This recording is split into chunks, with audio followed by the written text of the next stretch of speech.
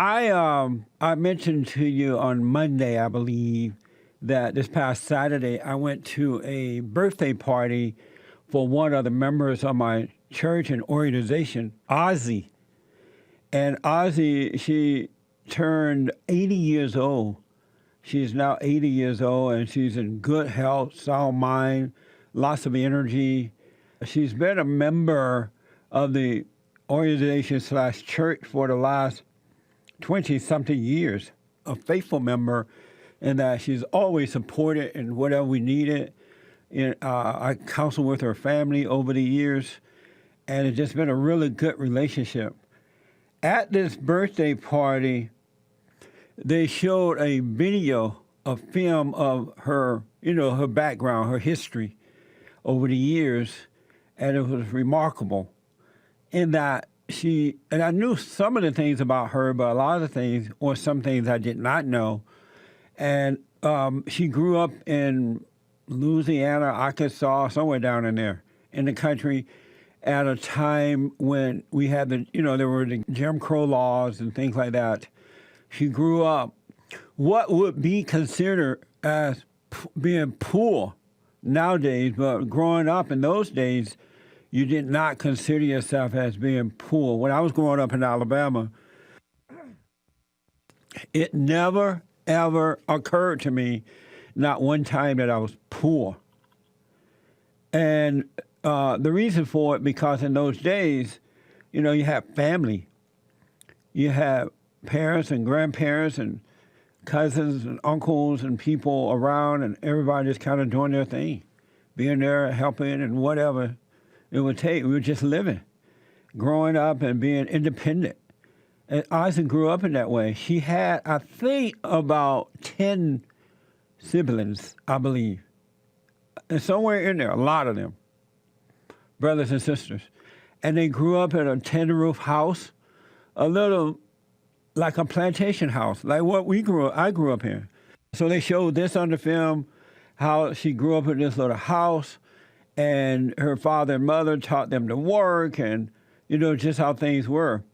And they all had a sense of determination about them, because in those days, blacks grew up that way. They were taught that way. It was the mentality.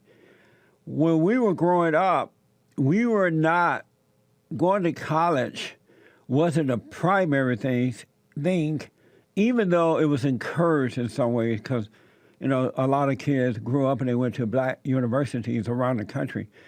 Ozzy grew up, and she at some point moved to L.A., at which time she went to a junior college for a minute, but she dropped out. She got married, she had some kids, but yet she still had this drive to just naturally do what grown-ups do, take care of yourself. Eventually, she bought a home, because in those days, again, we were taught to buy land. And so she bought a home, and then she bought another piece of property, bought apartment buildings, and just, bought land. And you naturally are taught that. When I was growing up, and I've mentioned this before, is that we were taught when you turn 18, you're out of here, go off, get a job, buy some land, get married, raise a family. And all this should be done, you should start working on the family thing, buying your home around 25. At that time, that's what we were told. And I got up and went out and bought a house at 25 because it was just so ingrained in my system.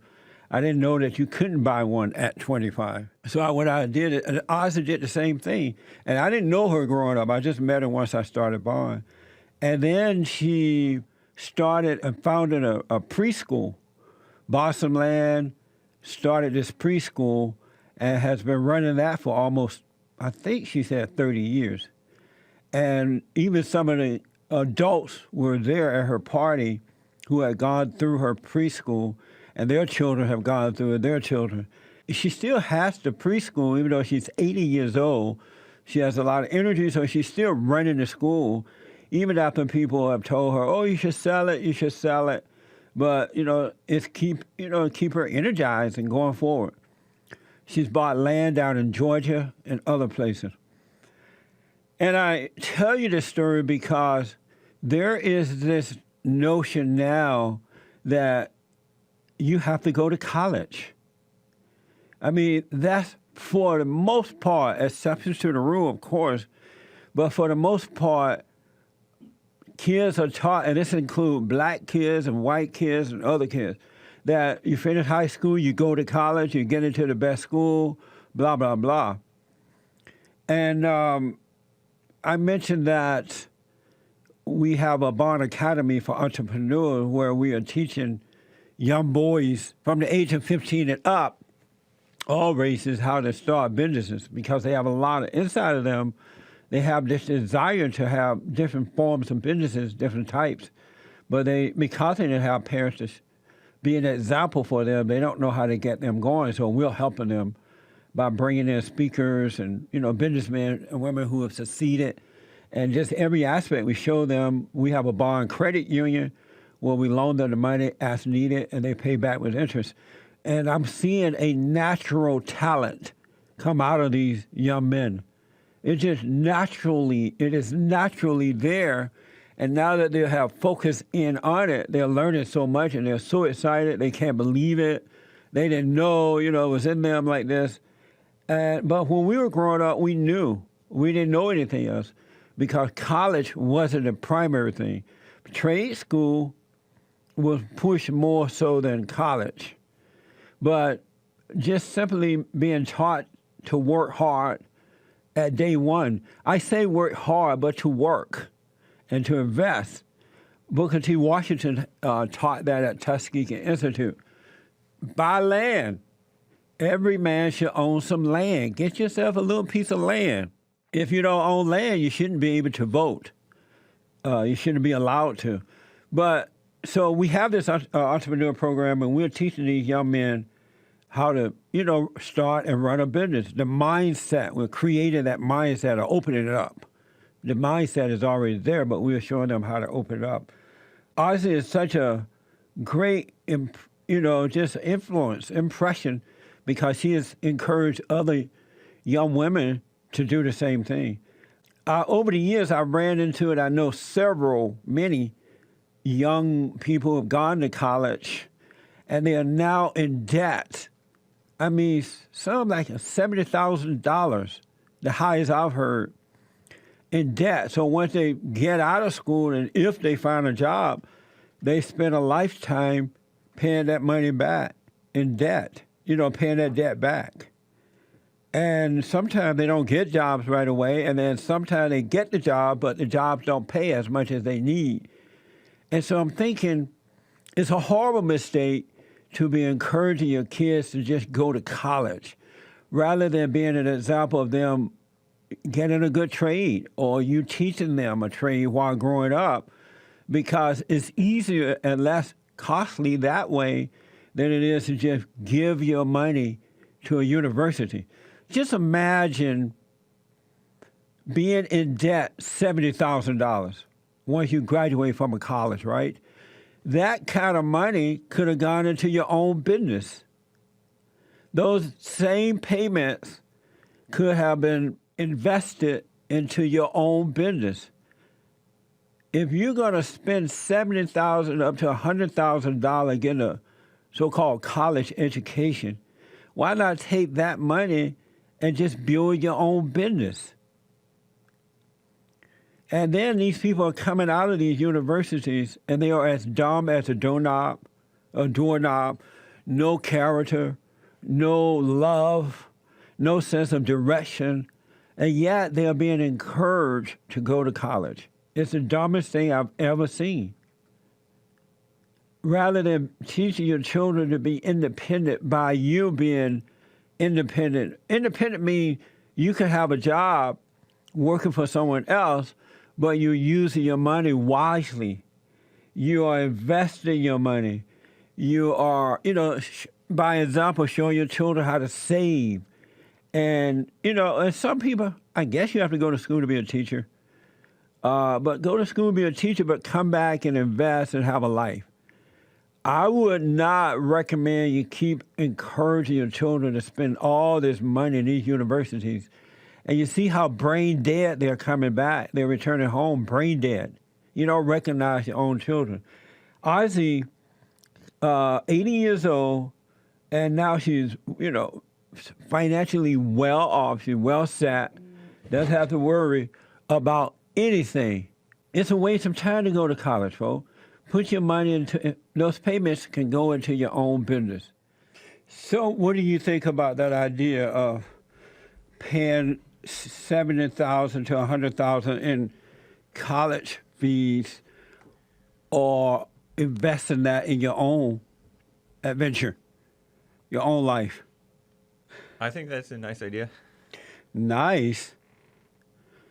You went to college. Were you encouraged to invest, buy, and be, start your own business, do your own thing? I did get sent to this investment seminar thing. Seminar. With my brother. My dad sent us there. But I didn't really run with it. I didn't really comprehend it that much. When you were growing up, did you see your parents doing that, being like independent investors and having their own business and things like that? I saw my dad working a lot, like he would, because he was writing textbooks. Oh, yeah. And so I saw him working a lot. I knew that he did a little bit of investment type stuff, and I knew that he started to buy. He bought like a second house or something like that. Right. As I got older, like in college, high school, college, but I didn't really catch on with me. Did it catch on with your brothers and sisters? My oldest brother got married and bought a house. And then my middle brother, my older brother, he got into investment a little bit on the mutual funds and stocks and stuff like that. Now that I'm thinking about this, I noticed that my grandparents had, like my mother, for example, she has or had about, let's see, 1, 2, 3, maybe 6 or 7 sisters and about 8 or 9 brothers. Yeah. And now that I look back and reflect on this, when they left home, all of them bought land, all of them bought a house. Cool. Isn't that amazing? Yeah. All of them did. And from what I know, and they all had truckloads of children, because in those days, normal people had children. Mm-hmm. They didn't have one child or 2. Or they didn't abort them once they got pregnant. You know what I'm saying? Right. And if not all, most of their children bought homes. And some went on to invest in other things, of course, because that was the mindset. You didn't, your mind, you grew up not realizing anything else. Yeah. But to take care of yourself in that way. Isn't that something? Yeah.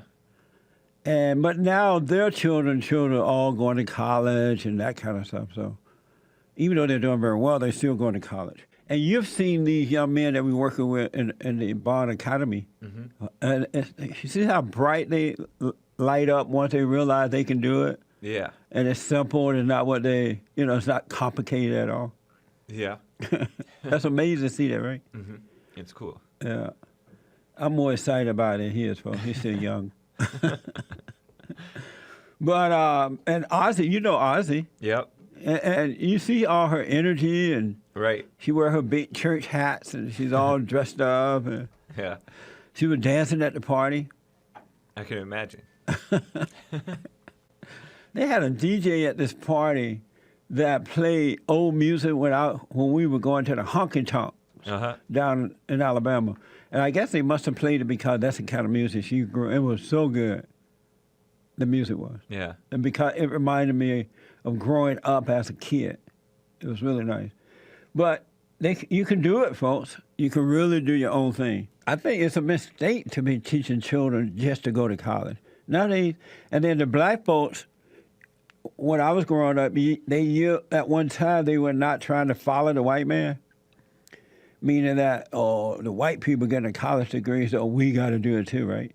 But now that the blacks hate the whites, they are trying to imitate them, Yeah. compete with them. And if you're going to send your little white child to school, I am too. And then their kids come out as dumb as a doorknob with no jobs. Because when they send their kids off to school, all they do is protest. It's not like they're hustling to get a good education so they come out smart people. Yeah. They protest all day. Schools, you learn strange ideas at schools nowadays. Not just at college anymore. You're learning it in high school I and know. elementary school now. Yeah, nowadays it's so crazy. Parents, you better look out for your kids in a better way. God gonna get you. Yep. Indoctrination, that's the word. Indoctrination. They are not teaching them to be individual.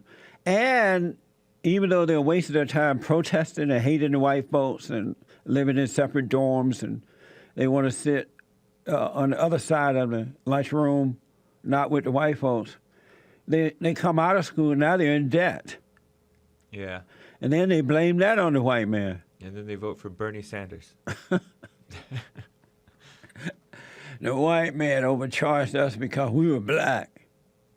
How crazy is this? But I would encourage my kids to develop a trade. There's nothing wrong with college if done in the right way. Yeah. You know, like they used to do it in the good old days. I mindlessly went. Yeah. Because I was just told that you'll have more opportunities if you have a degree.